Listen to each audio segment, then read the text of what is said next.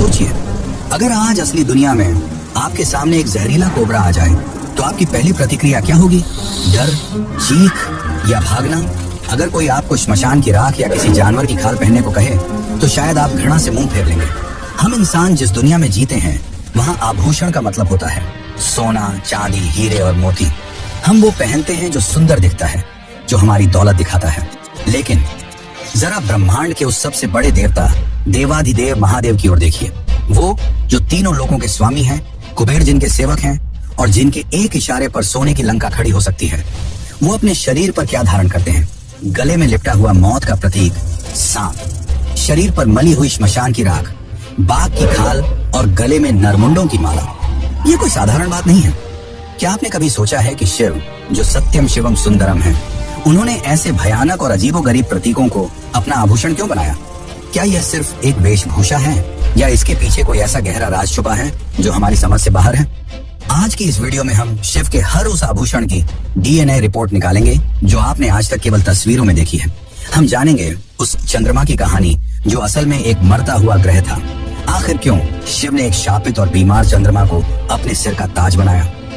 क्या आप जानते हैं कि शिव की जटाओं में गंगा का होना सिर्फ एक पौराणिक कथा नहीं, बल्कि कॉस्मिक एनर्जी को कंट्रोल करने का एक ब्लूप्रिंट है? हम उस वासुकी नाग के दर्दनाक सच को भी जानेंगे जिसे समुद्र मंथन में एक रस्सी की तरह इस्तेमाल किया गया।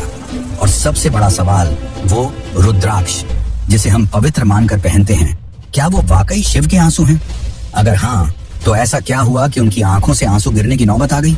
डमरू की वो 14 आवाजें जिनसे दुनिया की सारी भाषाएं बनी, और वो त्रिशूल जो सूर्य की धूल से बना, इन सब का सच क्या है?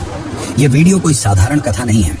इस वीडियो में हम शिव के शरीर पर मौजूद हर एक चिन्ह, हर एक हथियार और हर एक आभूषण को डिकोड करेंगे। हम वाल्मीकि रामायण से लेकर शिव महापुराण और आधुनिक विज्ञान तक हर उस पन्ने को पलटेंगे जहां इन रहस्यों का जवाब लिखा है। क्योंकि शिव के आभूषण आभूषण नहीं है, वो इस ब्रह्मांड के नियम हैं। वो हमें बताते हैं कि मौत को गले लगाकर भी निडर कैसे बना जाता है।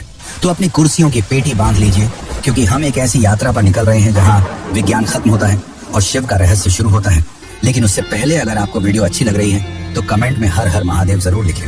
शिव शंकराय शुद्धाय नीलकंठाय धीमहि भक्तवांछितनाथाय नमः कैलाशवासाय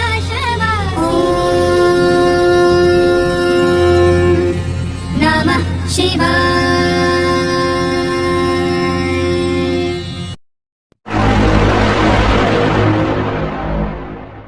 संसार में सुंदरता का पहला पैमाना अक्सर केश यानी बाल होते हैं। हम और आप अपने बालों को संवारते हैं, उनमें तेल लगाते हैं, उन्हें सुलझाते हैं ताकि हम सुंदर दिखें। लेकिन शिव तो बैरागी हैं। उन्हें बाहरी सुंदरता से कोई मोह नहीं है। जब कोई योगी अपनी साधना में इतना लीन हो जाता है कि उसे अपने शरीर की सुध ही नहीं रहती, तब उसके बाल आपस में उलझकर हवा और धूल से मिलकर जटा का रूप ले लेते हैं। शिव की ये जटाएं कोई फैशन नहीं, बल्कि उनकी अखंड तपस्या का प्रमाण है।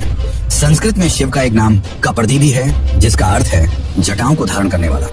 लेकिन सवाल यह है कि आखिर शिव अपनी जटाओं को क्यों बढ़ाते हैं?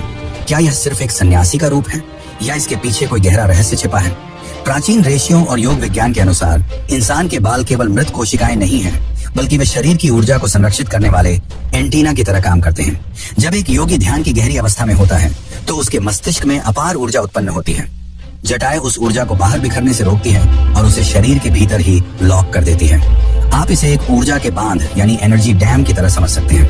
हिमालय की ठंडी हवाओं में जब शिव ध्यान करते हैं तो ये जटाएं ही उनका मुकुट बन जाती हैं। और यही वो मुकुट है जिसने इतिहास की सबसे बड़ी घटनाओं को संभाला है। सोचिए, अगर शिव की ये जटाएं इतनी विशाल और मजबूत न होती तो क्या वो आकाश से गिरती हुई उन्मुक्त गंगा के वेग को रोक पाती? क्या वो एक मरते हुए शापित चंद्रमा को अपने अंदर छिपा पाती? शिव की जटाजूट का रहस्य यही है, यह नियंत्रण का प्रतीक है। तो चलिए अब जरा पास से देखते हैं शिव की इन जटाओं के भीतर छिपे उस सबसे बड़े रहस्य को जिसने धरती को विनाश से बचाया, गंगा का अवतरण।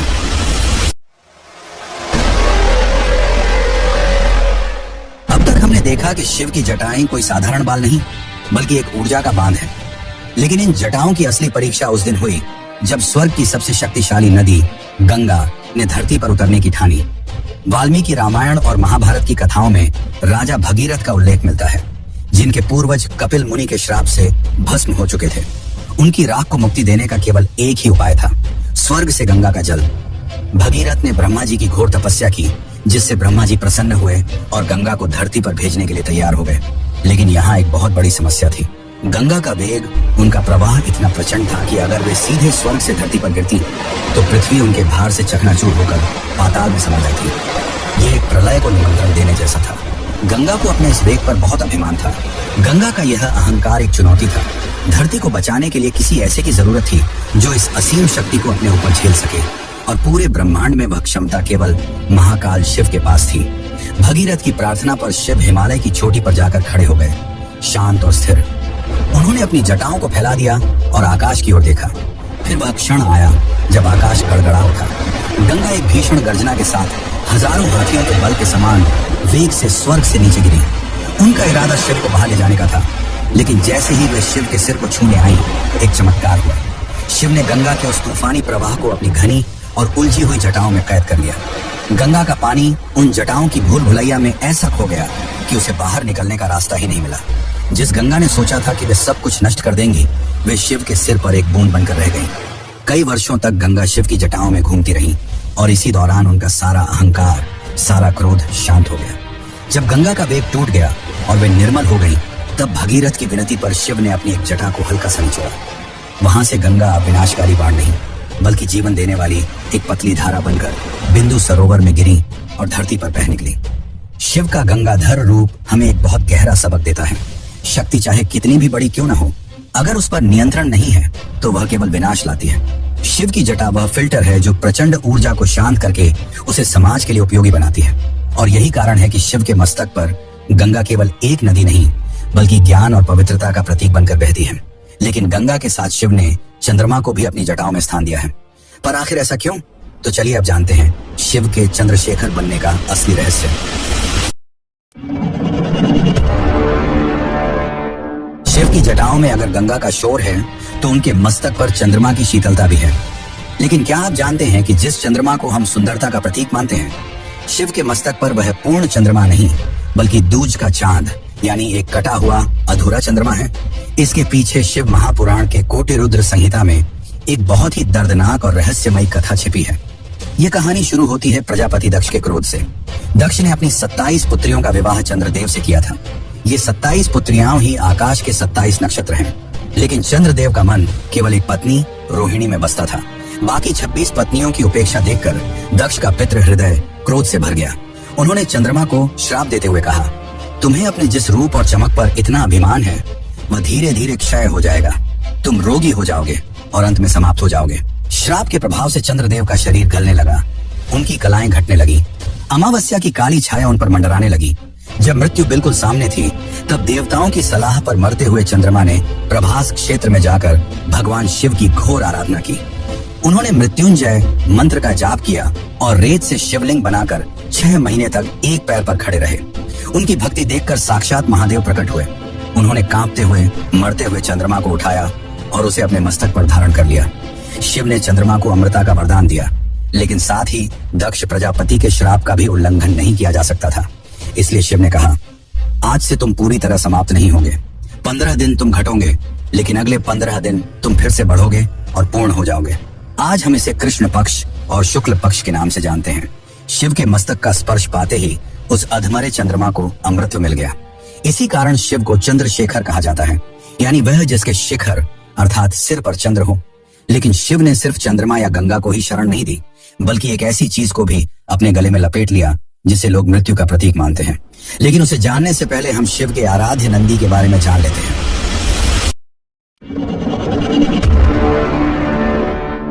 क्या आपने कभी गौर किया है कि दुनिया का कोई भी शिवालय हो, चाहे वह गांव का छोटा सा मंदिर हो या विशाल केदारनाथ, आप महादेव के दर्शन तब तक नहीं कर सकते जब तक आप नंदी से होकर ना गुजरें।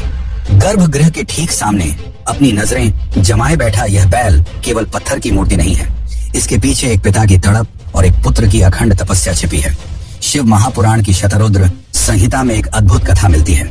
शिलाद मुनि जो ब्रह्मचारी थे, उन्हें भय था कि उनका वंश समाप्त हो जाएगा। उन्होंने एक ऐसी संतान चाही जो अयोनिज यानी जो गर्भ से न जन्मी हो और जिस पर मृत्यु का कोई वश न हो।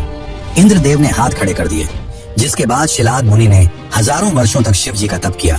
और अंत में स्वयं शिव के आशीर्वाद से यज्ञ कुंड की अग्नि से एक दिव्य बालक का जन्म हुआ, जिसका नाम रखा गया नंदी। लेकिन कहानी यहाँ खत्म नहीं होती। नंदी जानते थे कि वह साधारण नहीं है। उन्होंने बचपन में ही निश्चय कर लिया कि वह नश्वर संसार में नहीं बल्कि शाश्वत शिव के चरणों में रहेंगे। उन्होंने भुवन नदी के किनारे ऐसी घोर तपस्या की कि उनका शरीर पत्थर जैसा कठोर और मन पानी जैसा निर्मल हो गया। उनकी समाधि देखकर शिव को साक्षात आना पड़ा। शिव ने नंदी को गले लगाया और उन्हें वह स्थान दिया जो देवताओं को भी दुर्लभ है। शिव ने कहा, नंदी, तुम केवल मेरे वाहन नहीं, तुम मेरे गण अध्यक्ष हो। तुम मेरे परिवार के मुखिया हो। जहाँ मैं हूँ वहाँ तुम हो। तुम्हारी अनुमति के बिना कोई भी, यहाँ तक कि काल भी मेरे पास नहीं आ सकता। उस दिन से नंदी शिव के परम द्वारपाल बन गए। नंदी का संस्कृत में अर्थ ही होता है आनंद देने वाला। यही कारण है कि हर मंदिर में नंदी की स्थापना ठीक शिवलिंग के सामने एक सीधी रेखा में होती है।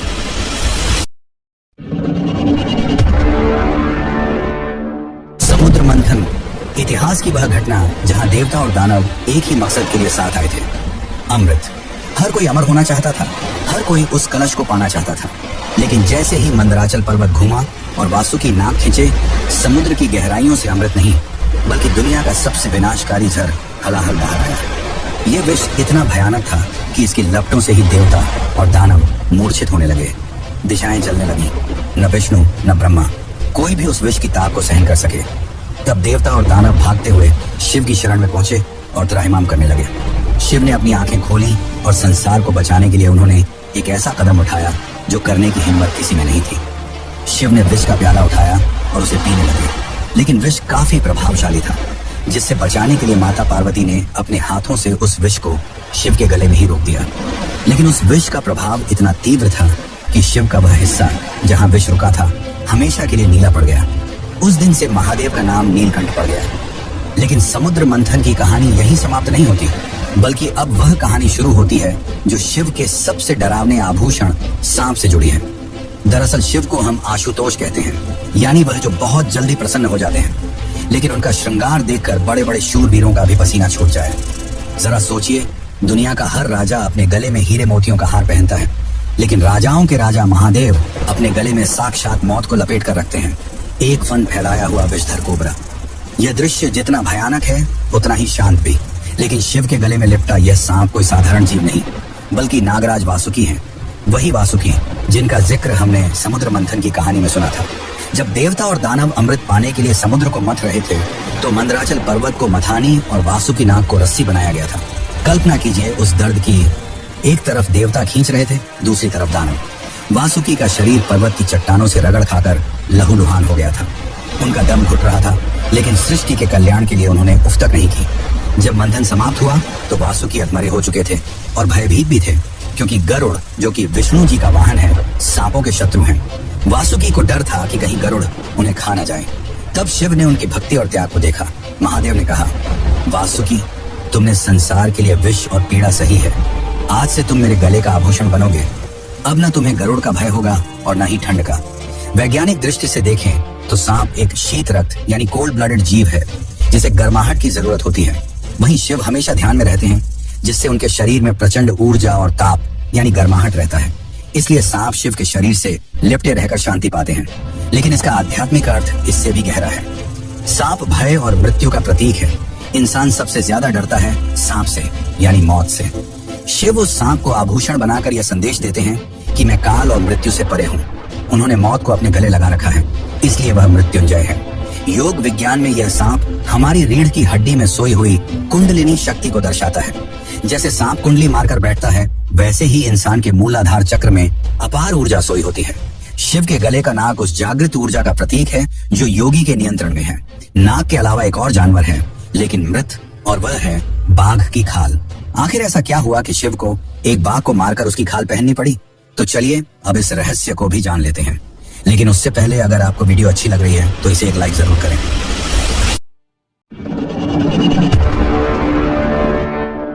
देवताओं की सभा में अगर आप नजर डालें तो सभी रेशमी वस्त्रों और स्वर्ण आभूषणों से लदे होते हैं। लेकिन कैलाश पर बैठे महादेव को देखिए, उनके शरीर पर ना कोई रेशम है, ना कोई जरी का काम। वे लपेटते हैं तो सिर्फ एक जानवर की खाल, बाघ की खाल। एक सन्यासी जो अहिंसा का पालन करता है, वह एक मरे हुए जानवर की खाल क्यों पहनता है?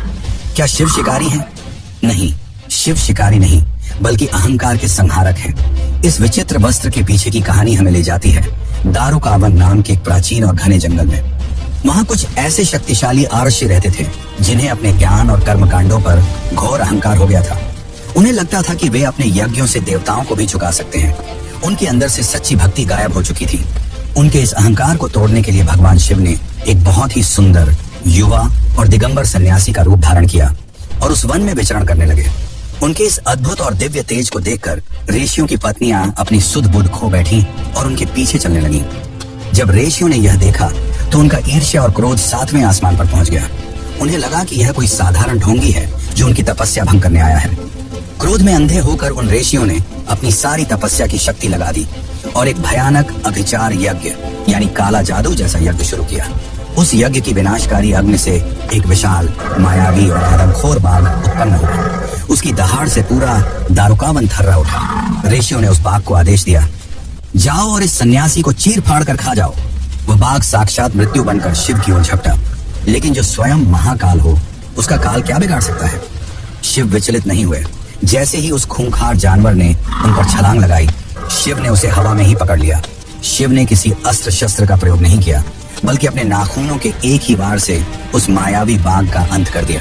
और फिर जो हुआ उसने शिव के स्वरूप को हमेशा के लिए बदल दिया। शिव ने उस मृत बाघ की खाल को उतारा और उसे अपने वस्त्र के रूप में धारण कर लिया। यह केवल एक जीत नहीं थी, यह एक ब्रह्मांडीय संदेश था। बाघ प्रतीक है अदम्य शक्ति, हिंसा, अहंकार और इंसान के अंदर छिपी पाशविक प्रवृत्तियों का। शिव द्वारा उसकी खाल पहनना यह दर्शाता है कि एक सच्चा योगी वही है जिसने अपने अंदर के जानवर को मार दिया हो, जिसने अपने काम, क्रोध और अहंकार को जीतकर उसे अपने पैरों तले दबा लिया हो। शिव उस खाल पर बैठते हैं यह बताने के लिए कि वे प्रकृति की हर उग्र शक्ति के स्वामी हैं। लेकिन क्या आपको पता है कि प्रकृति और जगत के स्वामी भी कभी रोए थे? और यही हमें ले जाता है अगले आभूषण की ओर, जो है रुद्राक्ष।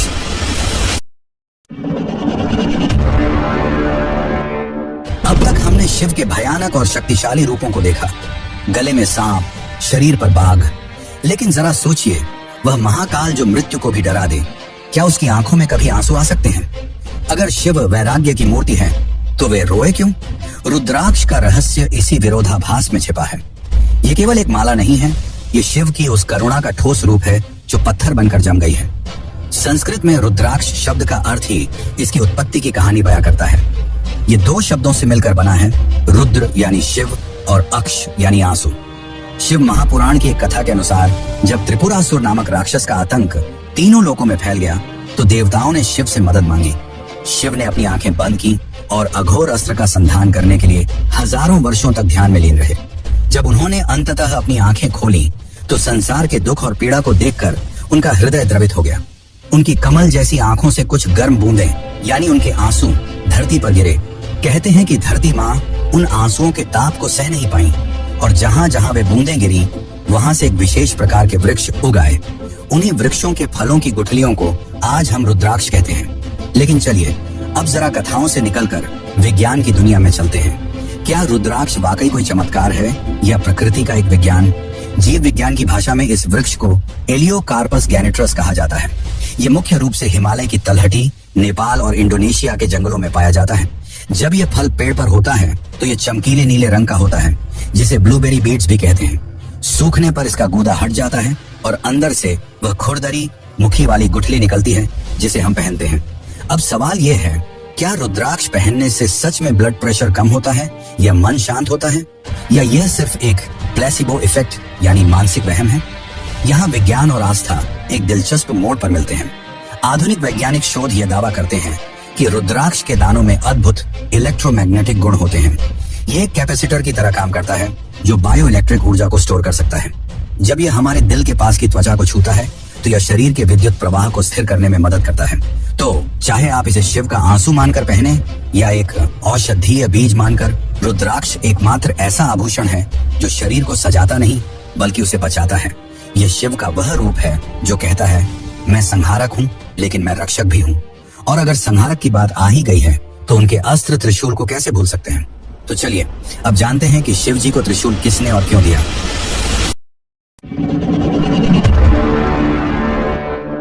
रुद्राक्ष शिव की करुणा है तो त्रिशूल उनका अधिकार और दंड है। देवी देवताओं के हाथों में आपने तलवार, गदा या धनुष देखे होंगे, लेकिन महादेव के हाथ में हमेशा एक ही हथियार होता है, त्रिशूल। ये कोई साधारण लोहे का टुकड़ा नहीं है। इसके निर्माण की कहानी ब्रह्मांड की सबसे बड़ी खगोलीय घटना से जुड़ी है।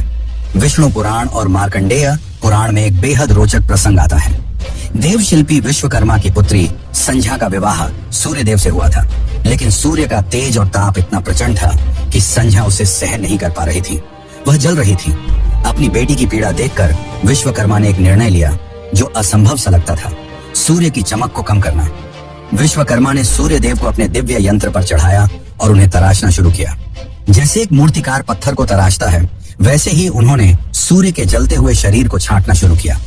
इस प्रक्रिया में सूर्य का जो अतिरिक्त तेज, जो धधकती हुई सौर धूल और चिंगारियां धरती पर गिरी, वे सामान्य पदार्थ नहीं थी, वे शुद्ध ऊर्जा थी। विश्वकर्मा ने उसी गिरते हुए सूर्य तेज को इकट्ठा किया और उससे 3 महान वस्तुओं का निर्माण किया: पुष्पक विमान, भगवान विष्णु का सुदर्शन चक्र और भगवान शिव का अमोघ त्रिशूल।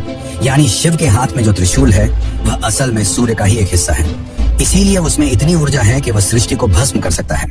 लेकिन रुकिए, त्रिशूल के 3 नुकीले सिरे केवल मारने के लिए नहीं है। ये 3 का आंकड़ा शिव के अस्तित्व का आधार है। ये त्रिशूल प्रतीक है त्रिगुणों का। सत्व यानी पवित्रता, रज यानी क्रिया और तम यानी अंधकार। संसार का हर जीव इन्हीं 3 गुणों में बंधा है। शिव इन तीनों को अपने हाथ में पकड़े हुए हैं, लेकिन इनके साथ ही शिव अपने एक हाथ में एक और चीज पकड़े हुए हैं जो इस संसार का मूल आधार है, और वह है डमरू। इसकी कथा तो आपको चौंका कर रख देगी, तो चलिए अब उसे भी जान लेते हैं।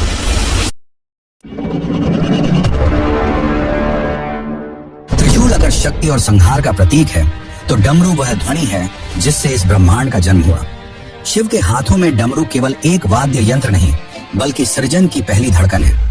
जब हम शिव के नटराज स्वरूप को देखते हैं, ब्रह्मांडीय नर्तक जो अग्नि के घेरे में नृत्य कर रहे हैं, तो उनके एक हाथ में अग्नि है जो विनाश करती है, लेकिन दूसरे हाथ में डमरू है जो निर्माण करता है। यह संतुलन ही संसार का आधार है। आधुनिक विज्ञान कहता है कि ब्रह्मांड की शुरुआत एक महाविस्फोट यानी बिग बैंग से हुई, लेकिन हमारे ऋषि मुनियों ने हजारों साल पहले ही कह दिया था, नाद ब्रह्म, यानी ब्रह्म और कुछ नहीं बल्कि एक ध्वनि है, और वह ध्वनि डमरू से निकली थी। इस छोटे से डमरू के भीतर संस्कृत भाषा और ज्ञान का पूरा विज्ञान छिपा है। एक बहुत प्रसिद्ध कथा है महर्षि पाणिनि की। जब वे व्याकरण की रचना कर रहे थे, तो उन्हें शब्दों को बांधने का कोई सूत्र नहीं मिल रहा था। तब उन्होंने शिव की घोर तपस्या की। प्रसन्न होकर शिव ने अपना डमरू उठाया और उसे 14 बार बजाया।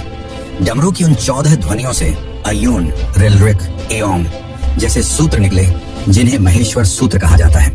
इन्हीं 14 आवाजों से दुनिया की सबसे वैज्ञानिक भाषा संस्कृत के व्याकरण का जन्म हुआ। यानी आज हम जो कुछ भी बोलते या लिखते हैं, उसका मूल स्रोत उस डमरू की थाप में है। जब शिव डमरू बजाते हैं तो वह तांडव करते हैं। ये तांडव केवल विनाश का नहीं बल्कि लय का है। जैसे हमारे दिल की धड़कन एक रिदम में चलती है, वैसे ही ब्रह्मांड के अणुओं और परमाणुओं का कंपन भी डमरू की ताल पर हो रहा है। जब डमरू बजता है तो सृष्टि का विस्तार होता है, और जब वह रुकता है तो प्रलय होता है। डमरू की डम डम आवाज ही वह कॉस्मिक बीट है जिस पर पूरी गैलेक्सी नाच रही है। लेकिन मित्रों, जैसा कि मैंने शुरू में बताया था कि शिव जगत के स्वामी होते हुए भी भयावह आभूषण धारण करते हैं, जिसमें नाग और बाघ की खाल के बारे में तो हमने जान लिया, लेकिन अब जानते हैं अघोर और रौद्र रूप के बारे में, भस्म की सच्चाई, नरमुंडों की माला और तीसरी आंख।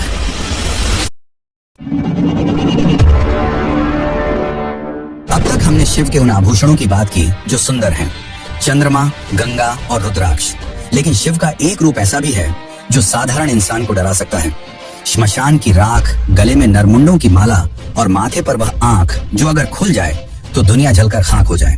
हम शिव के इस अघोर और रौद्र रूप से डरते हैं, लेकिन असल में यह डरावने प्रतीक जीवन जीने का सबसे बड़ा मैनुअल है। सबसे पहले बात करते हैं उस रहस्यमयी तीसरी आंख की। हम सबके पास 2 आंखें हैं जो बाहर की दुनिया देखती हैं, लेकिन शिव की तीसरी आंख भीतर देखती है। जब कामदेव ने शिव की समाधि भंग करने की कोशिश की, तो शिव ने अपनी तीसरी आंख से उन्हें भस्म कर दिया। यह कहानी हमें बताती है कि तीसरी आंख विनाश की नहीं बल्कि विवेक और जागृति की है।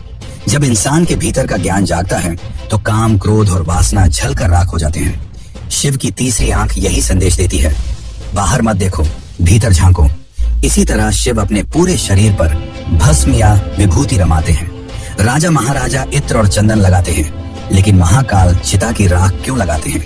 क्योंकि राख इस दुनिया का अंतिम सत्य है। चाहे लकड़ी हो, सोना हो या हमारा शरीर, अंत में सब जलकर राख ही बनना है। शिव उस राख को पहनकर हमें याद दिलाते हैं कि जिस शरीर और सुंदरता पर तुम्हें इतना घमंड है वह नश्वर है।